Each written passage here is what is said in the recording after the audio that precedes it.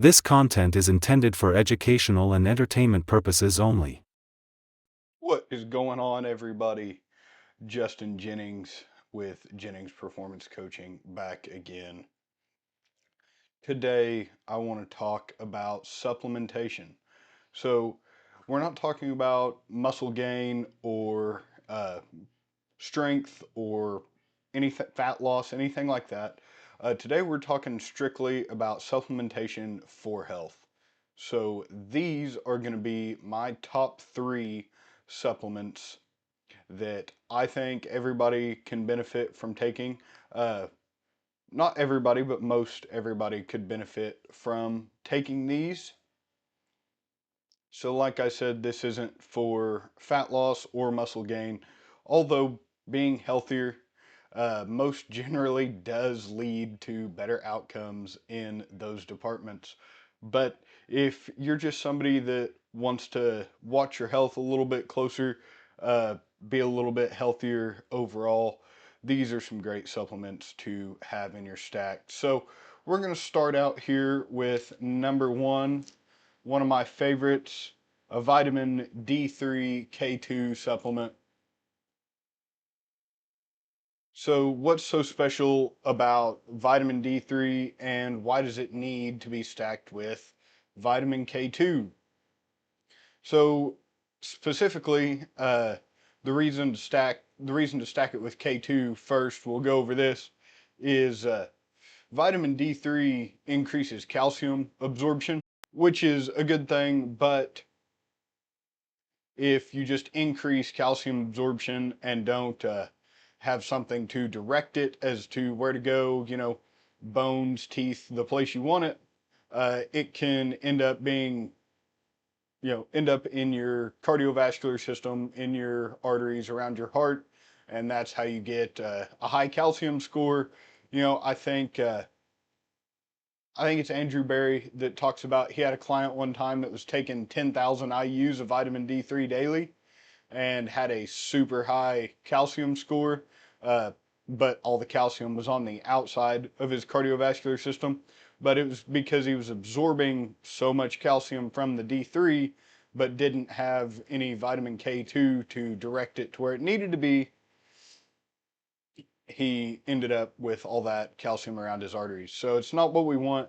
Uh, we want that K2 to basically protect us from the calcium and the vitamin D3. But why do we want to take vitamin D3 on top of the calcium absorption? Uh, Vitamin D3, I'm going to say something right now that, about 5 years ago probably would have got me kicked off YouTube.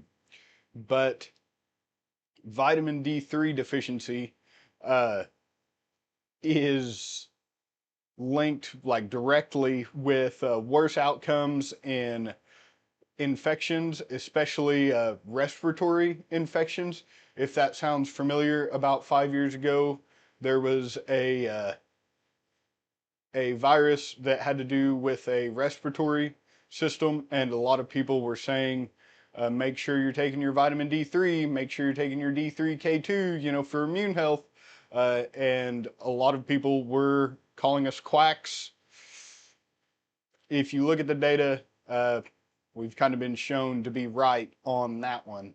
But you're more susceptible to any type of virus and infection whenever you have deficiencies in vitamin D3. And how do you get vitamin D3, or how do you get vitamin D in the body? Uh, you get it from sunlight, and you get it from vitamin D containing foods, dairy, milk, anything that contains calcium generally contains a lot of vitamin D, some meat too. But with a Western diet and the way that we live our lives, it's really hard to get sufficient amounts of vitamin D3 just from diet and sunlight alone. So it's a good idea to supplement it. That's something I put in all of my client stacks. Of course, you should check your blood work, check your vitamin D levels on your blood work and see where they're at, see how much you need to supplement with.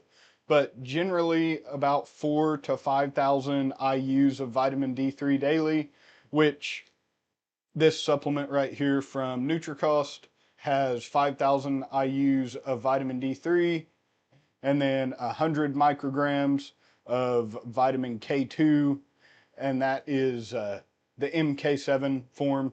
Seems to be about the best form of vitamin K2 for directing that calcium where it needs to go. So that's the one that I like. I tell all my clients 4 to 5,000 IUs of vitamin D3 daily, and then about 100 micrograms of K2 just to protect us from that, shuttle it where it needs to go. Number 2 on my list, and this is another big one, is an omega-3 supplement.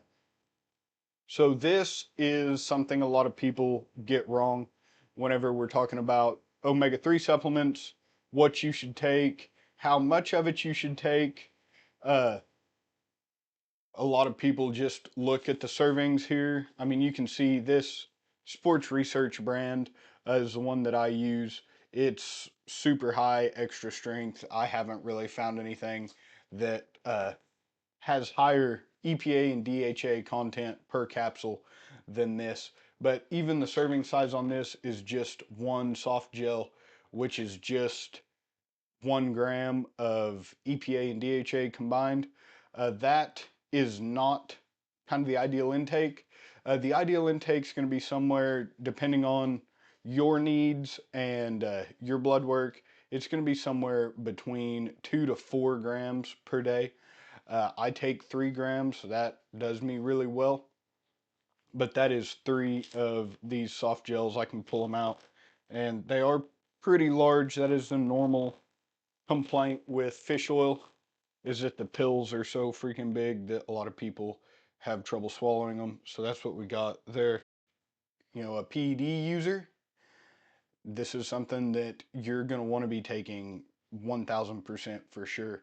Because if you're pushing the limits, your blood pressure is getting high, your blood sugar is getting high, your endothelium is going to suffer, and you want these fatty acids to kind of help you out there. So, like I said, 2 to 4 grams combined EPA and DHA a day, depending on what your labs say, what you look like. 3 grams is a pretty good place to start. If you have any bleeding issues, probably go on the lower side of that, because it can kind of work as an. So basically, your omega-3s, your EPAs and DHAs go to the tissues that need them first, so that have the fastest turnover or highest turnover rate of those fatty acids in the body, which is generally your cardiovascular tissue, your skeletal muscle, your brain, uh, have a lot slower turnover rate, and so you need to take a lot more and essentially saturate the system, I guess would be a way to say it, before your body starts sending those omega-3 fatty acids to your brain, to your skeletal muscle, to your joints, to help with systemic inflammation and brain health. The main benefit that you're going to get from this is the drop in systemic inflammation, endothelial health, endothelial repair.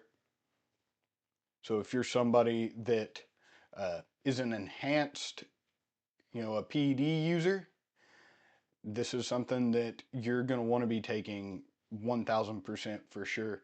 Because if you're pushing the limits, your blood pressure is getting high, your blood sugar is getting high, your endothelium is going to suffer, and you want these fatty acids to kind of help you out there. So, like I said, 2 to 4 grams combined EPA and DHA a day, depending on what your labs say, what you look like. 3 grams is a pretty good place to start. If you have any bleeding issues, probably go on the lower side of that, because it can kind of work as an anticoagulant, so to speak, can kind of work as a blood thinner. So if you go up to around 4 grams and notice that your blood pressure is super low, you're getting dizzy, lightheaded, nosebleeds, anything like that, back it off. but for the most part, most people tolerate really well up to 4 grams and above. And number 3 on my list, this is going to be misleading, but is magnesium glycinate. So this bottle does not say magnesium glycinate.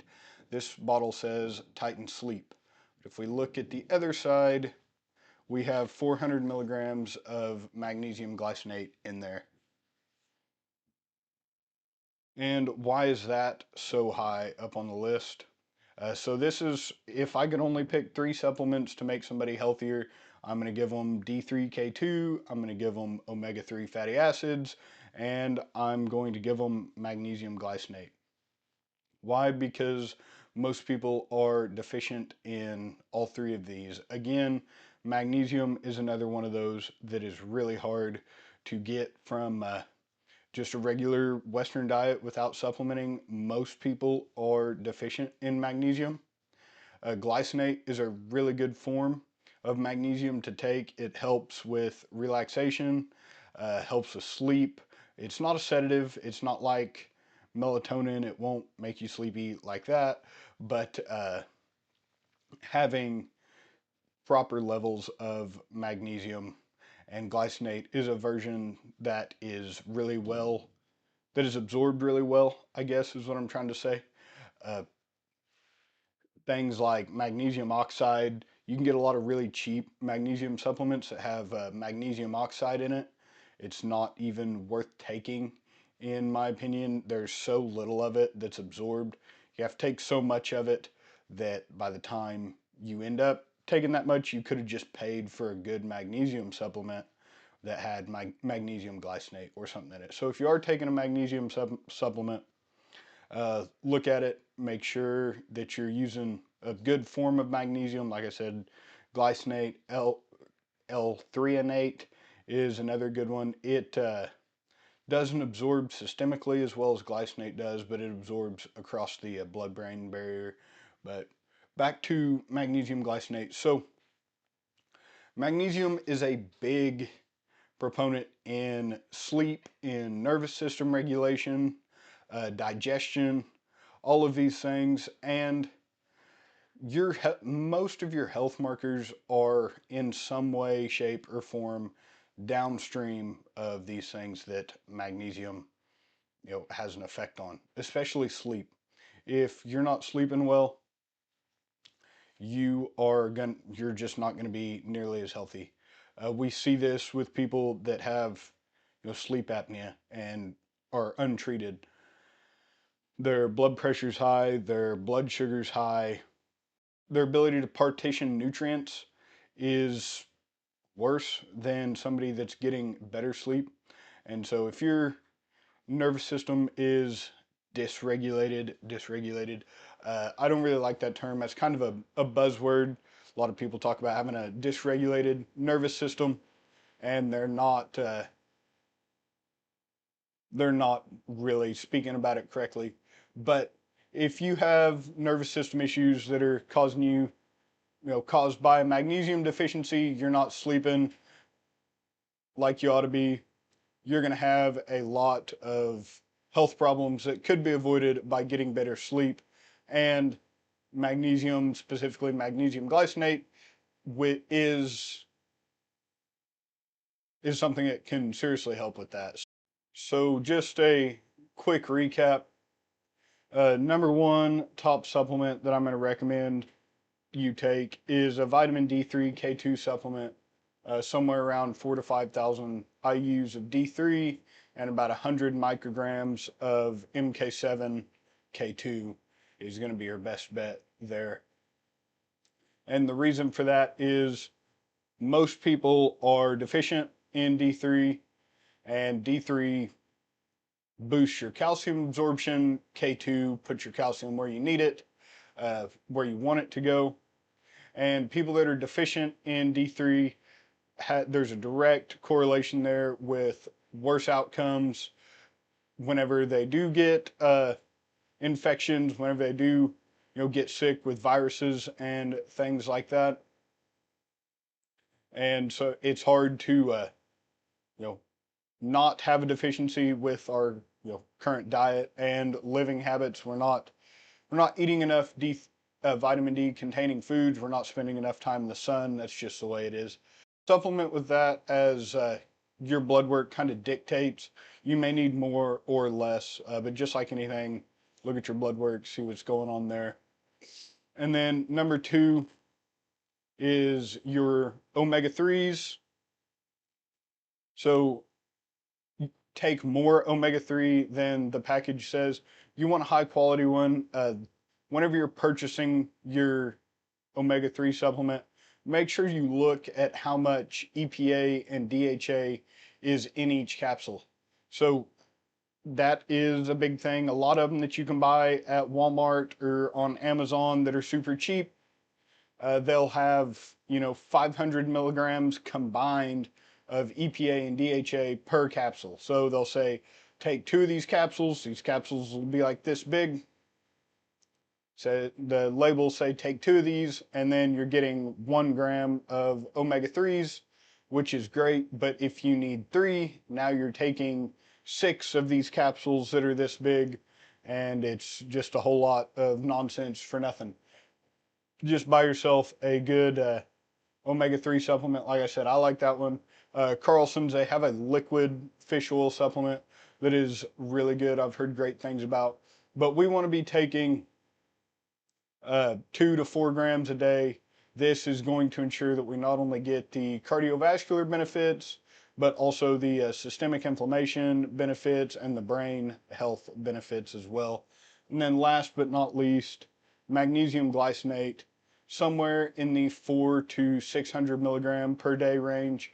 I take 400 of glycinate, and then I take that in the evening, and then in the morning I take 2,000 milligrams of magnesium L-threonate, which comes out to be about 200 milligrams of elemental magnesium. So it's all the same there. But reason for that is nervous system regulation, going to help with your sleep, going to help you regulate your switching between sympathetic and parasympathetic tone as needed. And so if I could only choose 3 supplements to take for health, it would be those 3. I do have some honorable mentions. You guys get down in the comments, let me know what you think, what your top 3 are. NAC is another good one. NAC is a super powerful antioxidant, great for liver health. It was actually a drug used used IV in hospitals for a while. It's a precursor to glutathione. So, yep, big buzzword. Glutathione's super popular right now. Injectable, oral, liposomal uh, is really popular in the supplement world right now. NAC is a lot cheaper, and it's the precursor to glutathione. So what happens is you take NAC, it goes into the cells, and then your cells produce glutathione as needed. So it's actually probably a little bit more efficient than taking just oral glutathione. Now, if you're taking IV, that's something completely different. But IV NAC was used in hospitals to treat acetaminophen overdose, so Tylenol overdose. Got your kidneys and your liver shutting down, they'd give you IV NAC, and it's great for oxidative stress, great for liver and kidney health, really good for immune system health. Thing about it is, it should probably be cycled 8 to 12 weeks. Once your cysteine stores are full, there's not it's not doing a whole lot there. You're kind of just taking it and wasting your money. It's not going to hurt you, but it's doesn't really do you a ton of good to just keep taking it. My next one for just overall health would be a good multivitamin.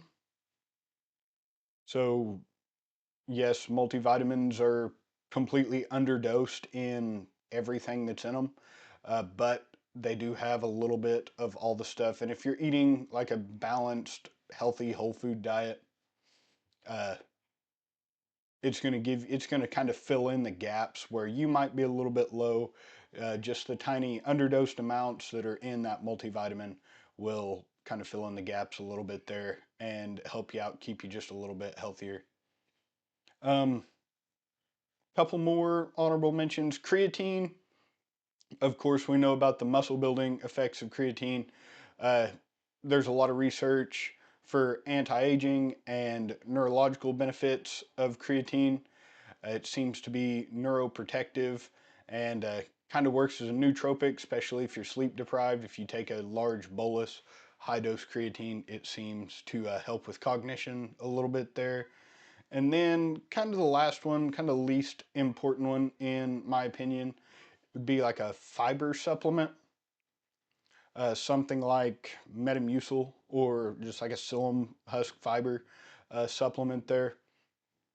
But I would rather see people eat a high fiber diet, lots of fruits, lots of vegetables, all of that, as opposed to just eating, eating no fruits, no vegetables, and just taking a fiber supplement, because there's a lot of micronutrients and antioxidants that you're going to get from those fruits and vegetables that you won't get from just the fiber supplement. But high fiber intake is associated with reduction in all types of all-cause mortality. So that is my list of health supplements. Like I said, these aren't muscle building supplements, but if you're healthier, you're going to be able to build more muscle and you're going to be able to lose fat more efficiently. So if you're not taking these, maybe look into it. Again, I'm not a doctor. This isn't health recommendations. Ask your doctor what he thinks. Have him look at your blood work, kind of see what his opinion is there. But most people, unless you have some type of kidney disease or a blood clotting issue, something like that, you're going to be able to benefit from taking these. So guys, remember, like, subscribe. All of my links are down in the description. Go over, type nutrition, use my code, get 20% off. They do have the free creatine going on right now. So any supplement purchase gets a free tub of creatine. Use my code, it's down in the description below, and leave a comment. Let me know what you thought. Let me know if there's any supplements that you think should have knocked one of these three out of the top three, and we can talk about it. But until next time, guys, thanks for watching.